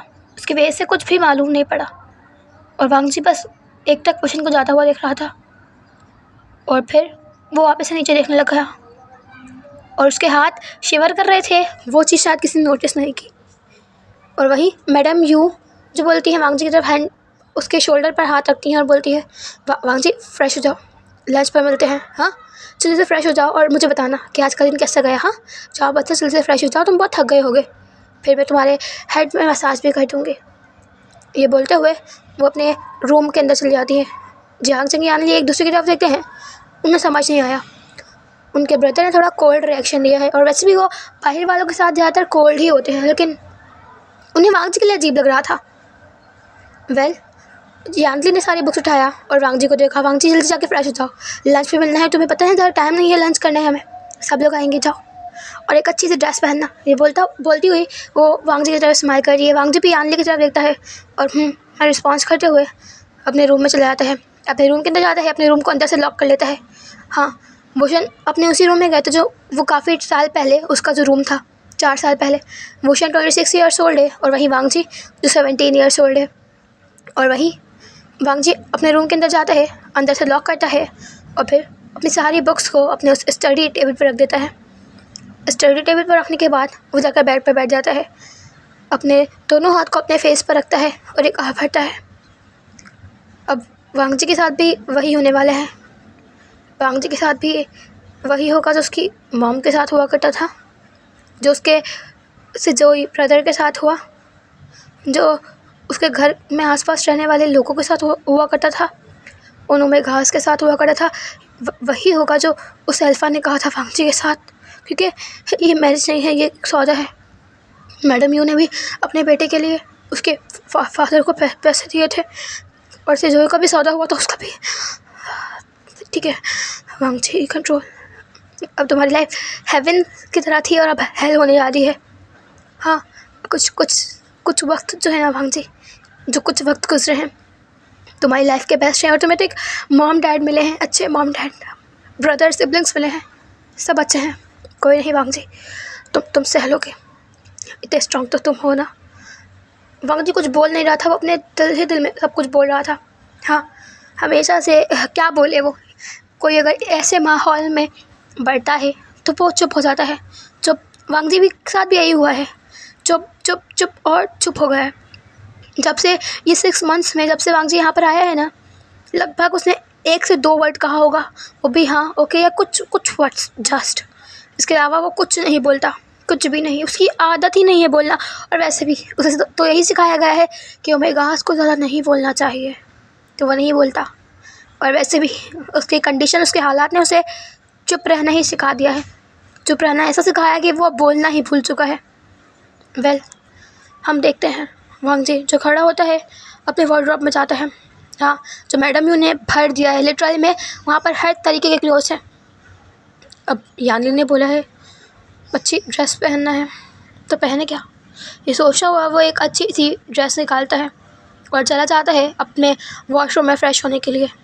फ़्रेश होता है, बाहर निकलता है, अपने हेयर्स को ड्राई करता है, उनमें हमेशा की तरह एक ऊंची सी पोनी टेल बना लेता है, जिसमें वो वाइट कलर का एक बहुत ब्यूटीफुल सा रिबन लगाता है, और फिर वो लाइट से स्माइल करता है। खुद को देखकर वो मिरर में स्माइल कर रहा था, वो खुद के लिए मुस्कुरा रहा था, खुद के लिए। और फिर वो उस स्टोर को ओपन करता है और बाहर आ जाता है। वो बाहर आता है तो देखता है हर कोई लंच के लिए डाइनिंग टेबल पर बैठ चुका है। वांग जी भी अपने कदमों को बढ़ाता हुआ वहाँ पर उस चेयर पर जाकर बैठ जाता है। उस चेयर पर बैठता है और सबकी तरफ देखता है, और वहीं वहाँ पर स्टेयर से उतरता हुआ विंग भी आ रहा था। विंग जो कुछ टाइम पहले बिल्कुल फॉर्मल अटायर में था, अब उसने एक ब्लैक कलर की शर्ट, उसके ऊपर ब्लैक कलर का ब्लेज़र, और वहीं ब्लैक कलर की पैंट पहनी हुई है, बिल्कुल टाइट पैंट, और वहीं उसने एक ब्लैक कलर की टाई भी लगाई हुई है, और वो अपने कदमों को बढ़ाता हुआ नीचे आ रहा है। अभी भी वो बिल्कुल कम्प्लीटली फॉर्मल अटायर में है, शायद लंच के बाद वापस से वो कंपनी विज़िट करने वाला है। वेल, वो स्टेयर से उतरता हुआ नीचे आ रहा था, अपने स्लीव्स में, उसकी जो स्लीव्स थी उसके अंदर वो कफ को लगाते हुए आ रहा था। वेल, वो नीचे आता है तो वो देखता है कि हर कोई उसे ही देख रहा है, लेकिन वांग जी उसे नहीं देख रहा था। उसने बस एक नज़र वुशन को देखा था, एक नज़र। उसके बाद वो नीचे देखने लगा था अपने उन हैंड्स को, जिन अपनी फिंगर्स के साथ वो खेल रहा था। और वुशन नीचे आता है, वो एक नज़र सबकी तरफ देखता है और फिर वांग जी की तरफ, और फिर वो अपने कदमों को बढ़ाता हुआ चेयर पे जाता है। हाँ, वो वांग जी की बराबर वाली चेयर को पुल करता है और उस पर बैठ जाता है। वांग जी को अपने अल्फ़ा के फेरोमोन्स फील होते हैं, जो कि रोज़ और थोड़े से स्पाइसेस के थे। वांग जी कुछ नहीं बोलता, और वहीं वुशन जो बैठ जाता है उसके बराबर में, और वो लोग साइलेंटली, बिल्कुल साइलेंटली अपना लंच करते हैं। इसके बीच में मैडम यू, जियांग फैमियान, यान ली, जियांग चैंग, हर कोई कुछ बोल रहा था। मैडम यू तो वांग जी और विंग को एक दूसरे के बारे में बता रही थी, जैसे वो वांग जी को बता रही थी कि विंग ना जाने कितने टाइम के बाद आया है, ये सब तो वांग जी जानता ही है पहले से। और वहीं वोशन को वांग जी के बारे में बता रही थी कि वांग जी कॉलेज के फर्स्ट ईयर में है और अभी वो एक डॉक्टर बनना चाहता है। वांग जी कितना अच्छा है, कम बोलता है, ब्ला ब्ला ब्ला। वो बस मैडम यू उन दोनों को करीब लाने की कोशिश कर रही थी, और वहीं जांग फैमियान भी कुछ ना कुछ बीच में बोल रहे थे। उन लोगों की फैमिली बहुत क्यूट, अच्छी सी थी। वेल, उनका लंच कंप्लीट होता है, और वहीं उनका लंच कंप्लीट होते ही वुशन खड़ा हो जाता है। वो बोलता है, मॉम मैं जा रहा हूँ कंपनी। ये बोलता हुआ वो वहाँ से निकल नहीं वाला था कि मैडम ये चिल्लाती है, वीन बिल्कुल भी नहीं, मैं नहीं मान सकती। तो तुम इतने टाइम बाद आए हो और तुम फिर से कंपनी जा रहे हो? बिल्कुल नहीं। हाँ चलो, हमें नहीं, लेकिन अपने ओमेगा को तो टाइम दो तुम। एक काम करो, तुम वांग जी को लेकर जाओ, बाहर जाओ, थोड़ा सा घूमो। इस बात पर वांग जी अपनी मदर की तरफ देखता है, हाँ मैडम यू की तरफ, वो फिर वापस नीचे देखने लग जाता है। और वहीं वोशन जो एक नज़र वांग जी की तरफ देखता है और बोलता है, मॉम लेकिन कंपनी, मैंने अभी यहाँ पर ब्रांच शिफ्ट करी है और बहुत काम है। जैसे ही मैडम जी सुनती हैं वो बोलती है, वी अब मैं कुछ नहीं सुनूंगी, कुछ भी नहीं सुनूंगी मैं। तुमने लगभग 4 साल अपने सिर्फ कंपनी को दिए हैं, तो अब कुछ टाइम तो यहाँ पर दो। और इतना टाइम बाद आए हो तो क्या तुम 2 दिन भी हम अपनी फैमिली के साथ अकेले नहीं बैठ सकते? क्या तुम्हारे लिए तुम्हारा काम ही इंपॉर्टेंट है सिर्फ? इस बात पर भी बोलता है, मॉम प्लीज़ इमोशनल ब्लैक मत करें। ओके ठीक है, जल्दी कार में। ये बोलता हुआ वो बाहर निकल जाता है। और वही मैडम यूज स्माइल करने लग जाती हैं। वो बोलती है, फांगी जल्दी जल्दी, तुम्हें तुम्हारा लंच तो हो गया, सो जाओ, मज़े करना, एक दूसरे के बारे में जानना, और प्लीज़ उसका दिल जीत लेना, जाओ। ये बोलती है, वो स्माइल करती है और बोलती है, और अगर ये वोशन कुछ भी करे ना, काम से रिलेटेड कुछ भी करे तो मुझे बताना, मैं फिर बताऊँगी। और अगर इसे तुम्हें कुछ भी कहा ना, तुम मुझे वो भी बताना, इसे तो मैं बताऊँगी। लग रहा है भूल गया कि इसकी मदर कौन है। ये बोलती हुई वो स्माइल करती है और वांग जी के हल्के से हेयर्स को रफल करती है। और फिर बोलती है, वांग जी तुमने पहना क्या है? तुम्हें पता है बाहर कितना कोल्ड होगा, यू नो ना, सो जाओ, थोड़ा सा लाइक स्वेटर वगैरह पहन लो। इस बार भी वांग जी अपनी मदर की तरफ देखता है, मैडम यू की तरफ, और बोलता है, ठीक है। उसे ये बोला और फिर अपने रूम में चला गया, अपने रूम में गया, और उसके पीछे पीछे जानली भी आ गई और जांग चैंग भी आ गया। वांग जी ने उन सबकी तरफ देखा और जांग यानली जिसे तो उसको सिर्फ और सिर्फ ड्रेसिंग टेबल के सामने बिठा दिया, यानी मिरर के सामने बिठा दिया। और फिर जियांग चेंग जो कि बस वांग जी के पूरे वार्डरोब को हर तरफ से घुमा कर देख रहा था। उसने आधे से ज़्यादा कपड़े उसके निकाल दिए थे। वांग जी जो बस अपने वार्डरोब को इतना मेस्ड अप होता हुआ देख रहा था। वांग जी की हर चीज़ बहुत एलिगेंसी के साथ रखी होती है, और ये लोग क्या कर रहे हैं? वांग जी ने कुछ नहीं कहा, उन लोगों की तरफ देख रहा था। छोटे सिबलिंग्स की तरह है वांग जी के ये सब, हाँ मतलब बड़े सिबलिंग्स की तरह, बिकॉज वांग जी इस घर में सबसे छोटा है फ़िलहाल तो।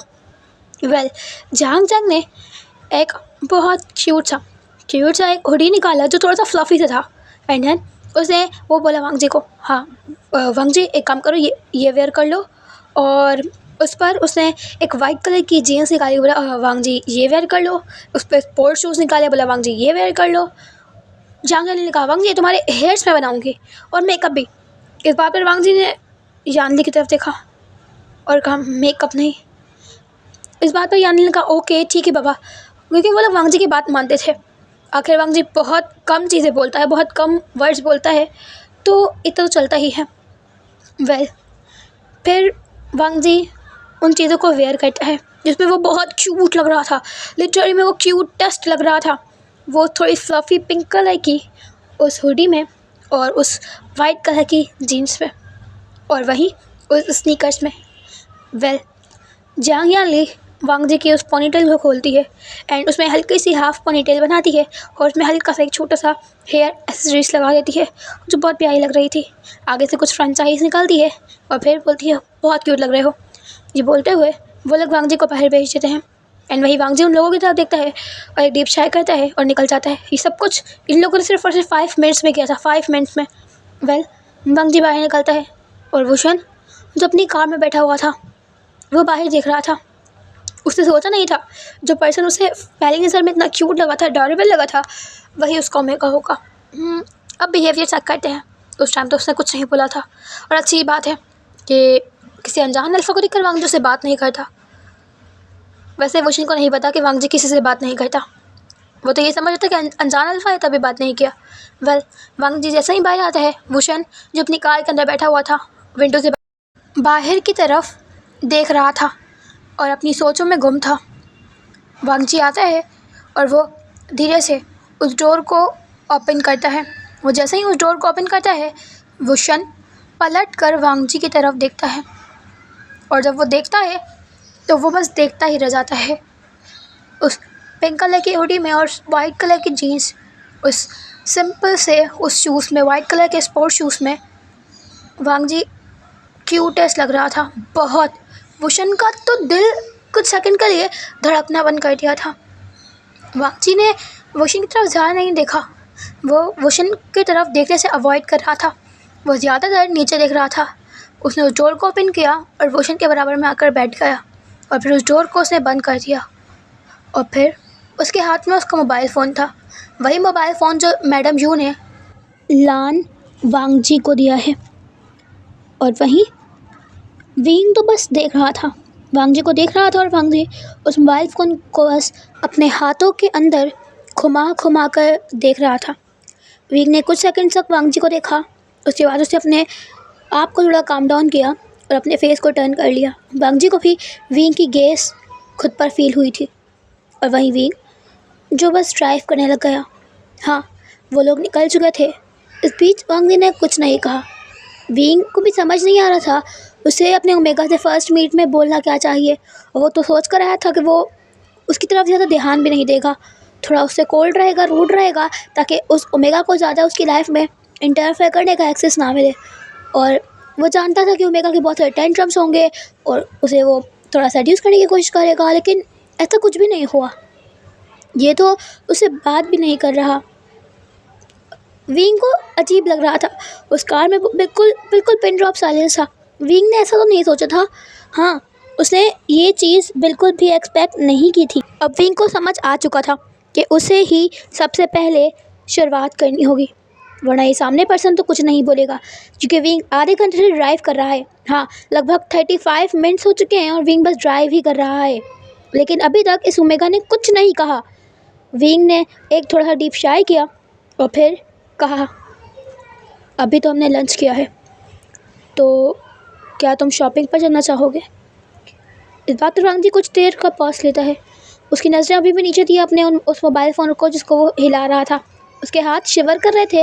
ये चीज़ वोशन ने भी देखा और वहीं वांगजी जिसने कहा वोशन ड्राइव करने लग गया। उसने कहा, तो तुम्हारा नाम लान वांगजी है? वांगजी फिर रुका। उसने कहा, तुमने मुझसे मैरिज करी है? तुम्हें तब से पता है तुमने अपनी मर्ज़ी से मैरिज करी है? मॉम डैड के साथ अच्छे से रहते हो? सो तुम सुबह असाइनमेंट जमा करवाने जा रहे थे, सो कॉलेज में हो? जांग के साथ कॉलेज जाते हो? सो कितने साल के हो? 17। ओके, सो क्या बनना है? डॉक्टर।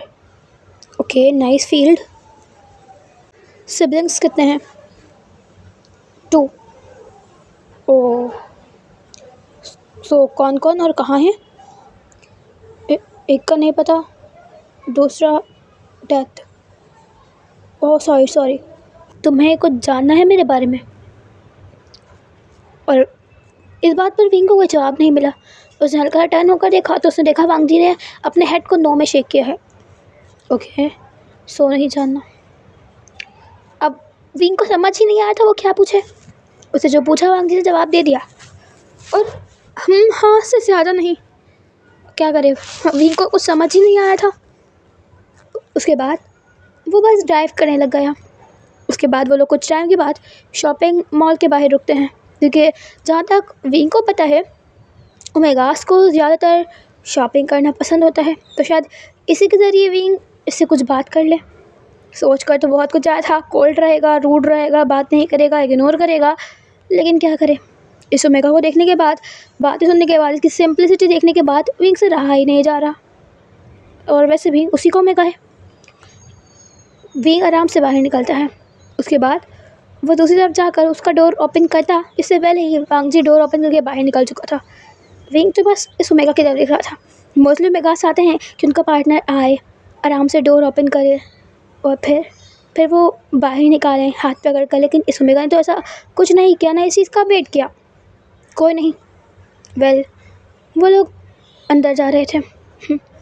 उस शॉपिंग मॉल के अंदर वो लोग अंदर गए। वांगजी अभी भी बस सामने देखता, नीचे देखता, वोशन की तरफ वो देख ही नहीं रहा था। चलो, वोशन ने सोचा कोई नहीं, ये सोचते हुए वो बस वांगजी की तरफ देख रहा था। और फिर वो लोग मॉल के अंदर आ गए। अब वोशन देख रहा था कि आखिर हमें जाना कहाँ है। उसने वांगजी की तरफ देखा कि शायद वो कुछ बोले, बट वांगजी कुछ बोल ही नहीं रहा। उसने वांगजी से पूछा, वांगजी तुम्हें कुछ लेना है? इस बात पर वांग जी ने अपने हेड को नो में शेक कर लिया। ओके, मतलब कॉलेज में किसी चीज़ की ज़रूरत है, नीड है? इस बात पर वांग जी ने अपने हेड को यस में शेक किया। इस बात पर भूषण ने कहा चलो फिर उसी सेशन में चलते हैं, कुछ तुम्हारे लिए आर्ट एंड क्राफ्ट के सामान लेने के लिए। ये बोलता हुआ वो वांग जी का हाथ पकड़ लेता है। वांग जी तो कुछ सेकंड के लिए वहीं शॉक हो गया था, वैसे ही फ्रीजिंग पोजीशन में खड़ा हो गया था। और वहीं भूषण जिसने बहुत सॉफ्टली और जेंटली वांग जी का हाथ होल्ड किया था, उसके हैंड्स को होल्ड किया था, क्योंकि वो जानता है कि पता नहीं वो इतना जेंटल क्यों हो रहा है, वो नहीं जानता बस। वो हाथ पकड़ कर उसका उसी क्राफ्ट वाले सेशन में ले गया था। फिर वहाँ पर जाने के बाद उसे वांग जी को छोड़ दिया। वांग जी की तो लगभग मानो आंखें चमक गई थी। इतने पेपर्स और बहुत सारी क्राफ्ट वाली एसेसरीज थी वहाँ पर, बहुत सारी बुक्स थी जो वांग जी देख रहा था। उसे ने कहा तुम्हें जो लेना है तुम ले लो। ये बोलने के बाद वो वहीं पर वॉल पर थोड़ा सा लीन हो गया और उसने अपने आर्म्स को फोल्ड कर लिया और अब उसकी नज़रें अब वांग जी पर थी। वांग जी तो कुछ सेकंड तक वहीं खड़ा रहता है, अपनी नज़र उठाकर वो विंग की तरफ देखता है जो एकटक उसे देख रहा था। वो जैसे ही देखता है विंग उसे देख रहा है, उनका कुछ सेकंड का आई कॉन्टेक्ट होता है। फिर वांग जी वापस से सामने देखने लग जाता है जहाँ पर बहुत सारे सामान थे। धीरे धीरे करके वांग जी उनको देखता है। विंग खड़ा हुआ था। हाँ, अगर अभी यहाँ पर कोई और ओमेगा होता और वो ऐसे शॉपिंग कर रहा होता तो पक्का था कि विंग बहुत बहुत बोर होता। लेकिन वांग जी जो जल्दी जल्दी बस अपने सामान ले रहा था और वही चीज़ें ले रहा था जिसकी उसकी ज़रूरत है। हाँ, बस बॉक्स लेना, कुछ सीजर्स, पेन्स, इसी टाइप की चीज़ें ले रहा था वो। ये सब लेने के बाद वो आगे बढ़ गया और वो विंग के सामने आके खड़ा हो गया। विंग ने अपने एक आईब्रो को रेस किया और कहा बस। इस पर वांग जी ने कहा और बस वो लोग निकल गए। विंग खड़ा हुआ, उसने कहा तुम्हें कुछ क्लोथ्स वगैरह लेने हैं? Clothes, shoes, makeup, jewelleries. इस बात पर वांग जी ने अपने हेड को नो में शेक किया। विंग ने कहा कुछ भी नहीं लेना? वांग जी ने कहा नहीं। और फिर वो लोग उस शॉपिंग मॉल से भी बाहर निकल गए। अब क्या करना है? विंग ने कहा चलो कॉफ़ी पर चलते हैं। ये बोलता हुआ वो ड्राइव करने लग गया था। वो लोग एक कैफ़े के बाहर रुके और फिर वो लोग साथ में एक कॉफ़ी शॉप पर बैठ गए और वहीं विंग ने अपने लिए कॉफ़ी ऑर्डर की। वांग जी से पूछा वांग जी क्या चाहिए तुम्हें? वांग जी थोड़ी देर रुका, उसने धीरे से कहा कैपेचिनो। और फिर विंग ने वांग जी के लिए वो कॉफ़ी ऑर्डर करी और फिर वो लोग बैठ गए। उनके हाथों में एक एक मग कॉफ़ी थी और वो लोग उस कॉफ़ी को एंजॉय कर रहे थे।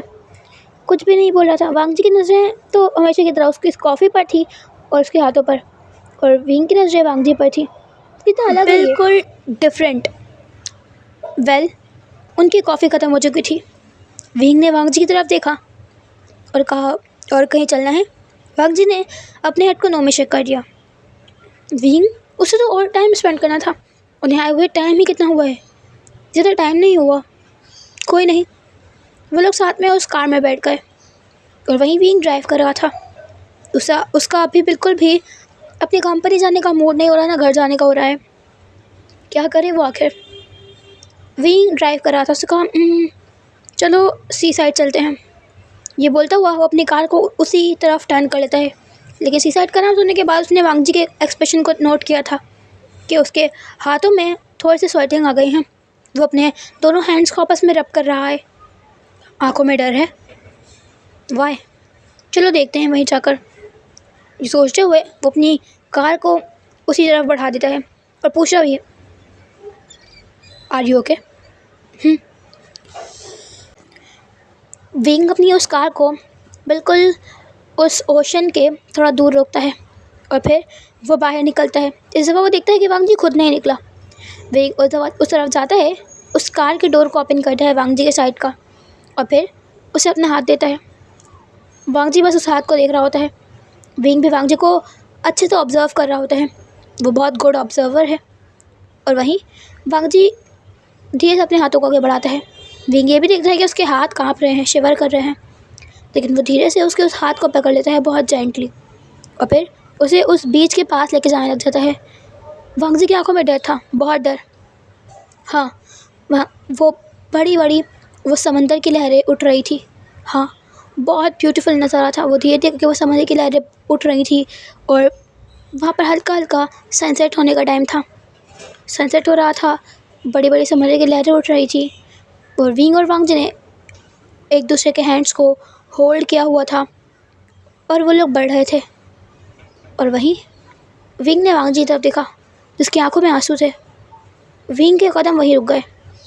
वो टर्न हुआ, उसे वांगजी की तरफ देखा, कहा, वांगजी क्या हुआ है? हाँ, तुम्हें अच्छा नहीं लग रहा? इस बार तो वांगजी ने अपने हेड को नो में शेक किया। विंग ने कहा, वांगजी क्या हुआ है? हाँ, क्या हुआ है? इस बात पर वांगजी ने फिर से अपने हेड को नो में शेक किया। विंग को समझ नहीं आ रहा था कि आखिर वांगजी को हुआ क्या है। उसने धीरे से वांगजी के दोनों हैंड्स को होल्ड किया और फिर उसने वांगजी को उसी रेत पर, उसी सैंड पर बिठा दिया और फिर वहाँ पर वो खुद भी बैठ गया। और फिर उसने वांगजी के फेस की तरफ देखा जिसकी आंखों से आंसू निकल गए थे, वो समंदर को देखकर, उस ओशन को देखकर, और उसे अपनी आंखों को टाइटली बंद कर लिया और वांगजी की आंखों से एक आंसू निकल गया। विंग को समझ नहीं आ रहा था, आखिर फर्स्ट टाइम ही तो मिल रहा है इस पर्सन से, जानने के लिए ट्राई भी कर रहा है और फैसिनेट भी हो रहा है इस ओमेगा से।